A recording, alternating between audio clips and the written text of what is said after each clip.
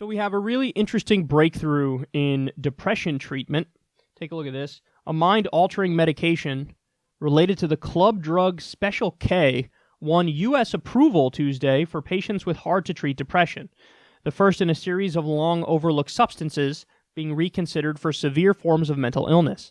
The nasal spray from Johnson & Johnson is a chemical cousin of ketamine, which has been used for decades as a powerful anesthetic to prepare patients for surgery. In the 1990s, the medication was adopted as a party drug by the underground rave culture due to its ability to produce psychedelic out-of-body experiences. More recently, some doctors have given ketamine to people with depression without formal FDA approval.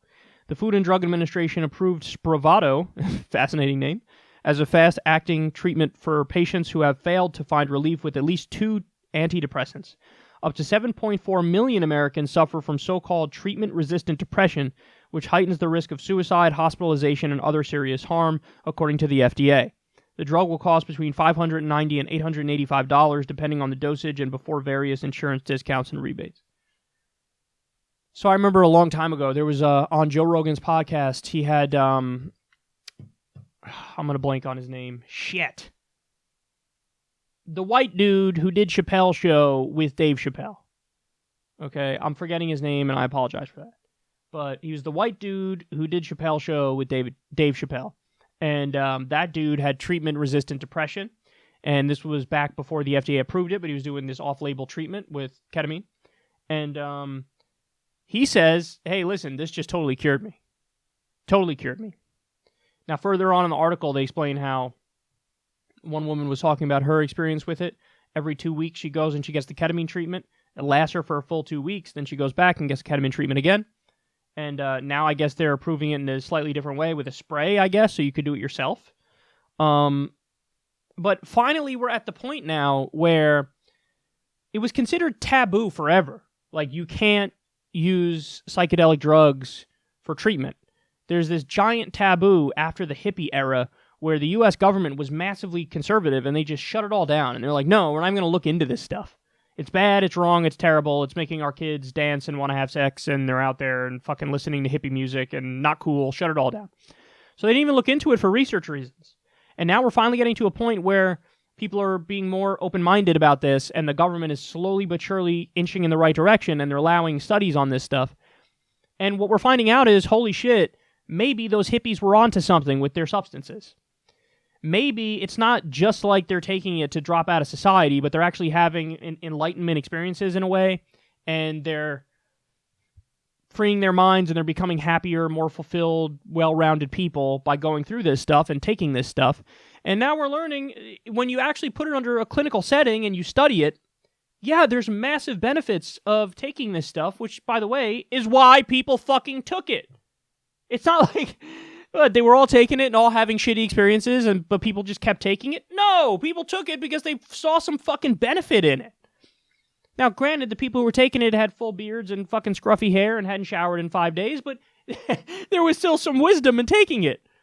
So, and I'm talking specifically in this case about, whatever, MDMA, which there's studies on now as well, and psilocybin mushrooms, magic mushrooms, which there's studies on now as well. And studies are showing that for those drugs, like, when people are in hospice and they're about to die, and they're like, whoa, this is crazy, and they're massively depressed because they're about to die, which makes perfect sense, you would be depressed in that scenario, they're given these substances, and it's a breakthrough experience for them, where all of a sudden they don't feel bad. And I don't know why that is. You'd have to talk to them. Maybe some of them say, it makes me feel like there's possibilities beyond this life that I wasn't aware of and I was closed off to, and yada yada. But either way, it's helping people. It is tangibly helping people. In the case of Special K, it's hilarious because my understanding was that it was a fucking cat tranquilizer, and then people started taking it as a party drug, and now come to find out, holy shit, it's actually helping people with treatment-resistant depression. Damn, son. Treatment-resistant. And the other awesome part about this is, to this point, depression treatment has been in the form of SSRIs, selective serotonin reuptake inhibitors. And SSRIs, basically, the layman's explanation of it is, it floods your brain with the happiness chemical serotonin, and makes it so that, you have more happiness chemicals in your mind, therefore leading to you being happier. That's the idea behind it. And SSRIs work with some people, don't work with other people, and there's different kinds of them. Some SSRIs are more upper-like, so you're bouncing off the walls and you want to be active all the time.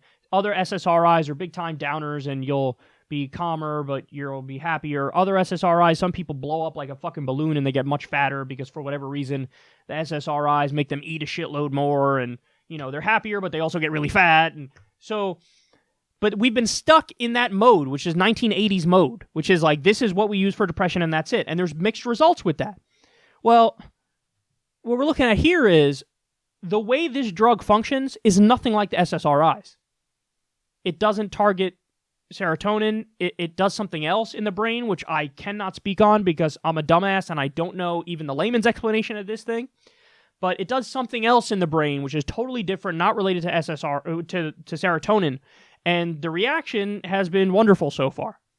So it's really fascinating that we've evolved to this point. And my guess is the more we go forward, the more we'll evolve further. And we will come up with even newer treatment for depression and for other psychological issues. And explore it all, man. My position is explore it all. No taboos, nothing held sacred. Let's figure it out. Let's figure out what works the best. Let's figure out how we can allow people to live happy, healthy lives. And, having to have some medicine every now and then is a small price to pay if it means happiness.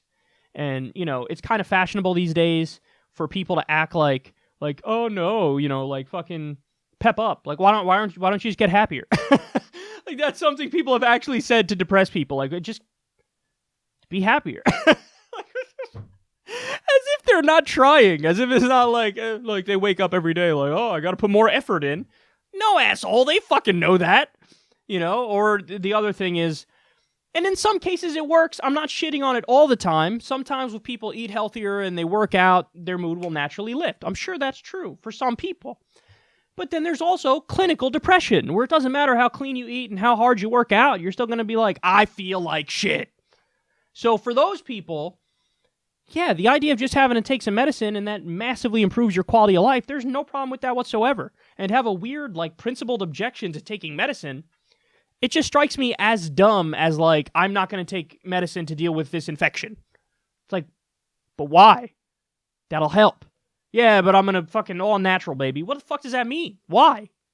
That's just dumb in this instance. So, hopefully we get to a point in society where the stigma breaks down about mental health issues and people can just get the treatment they need. And, you can live happier, healthier lives by using the right medicine and by, helping yourself. There's nothing wrong with helping yourself. So anyway, really interesting news. Special K, party drug, but also anti-depression treatment now. And it's approved, which is a giant step in the right direction.